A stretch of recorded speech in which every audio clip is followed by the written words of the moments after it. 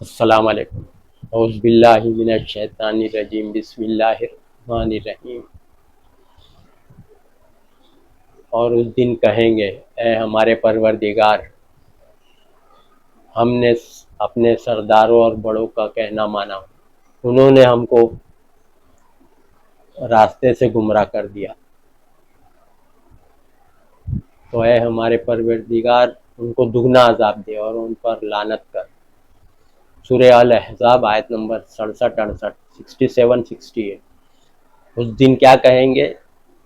جو آج عوام چل رہی ہے نا عالم مفتی کے بھروسے پہ، اس دن کہیں گے، اے ہمارے پروردگار، ہم نے اپنے بڑوں کا کہنا مانا، سرداروں کا، بڑوں کا، انہوں نے ہم کو گمراہ کر دیا، راستے سے بھٹکا دیا۔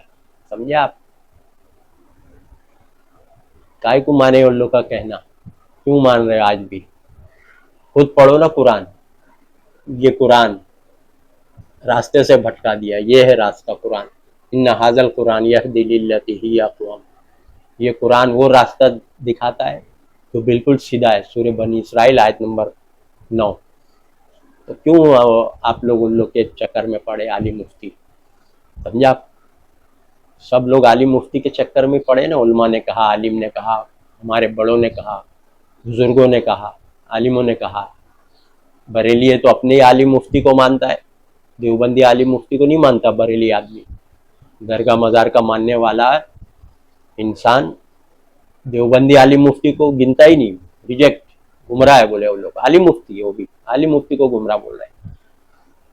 سمجھا آپ؟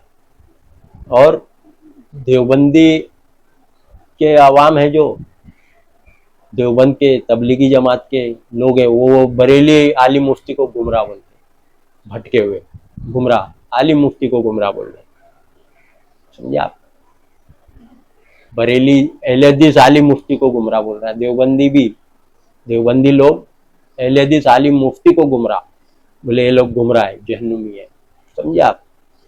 اہل حدیث عالم مفتی دیوبندی کے عالم مفتی کو گمراہ بول رہا ہے، اہل حدیث عالم مفتی دیوبندی کے عالم مفتی کو گمراہ بولے، جاہل ہے، گمراہ ہے، بدعتی ہے۔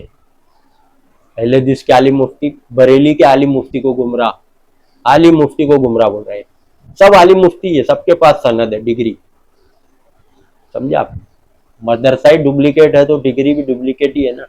جب پرنسپل ہی گمراہ ہے جو ڈگری سرٹیفکیٹ دے رہا تھا نا، وہ خود گمراہ، اس کے عقیدے قرآن کے خلاف، اٹھا کے دیکھ لو تینوں فرقے والے، بریلی، دیوبندی، اہل حدیث۔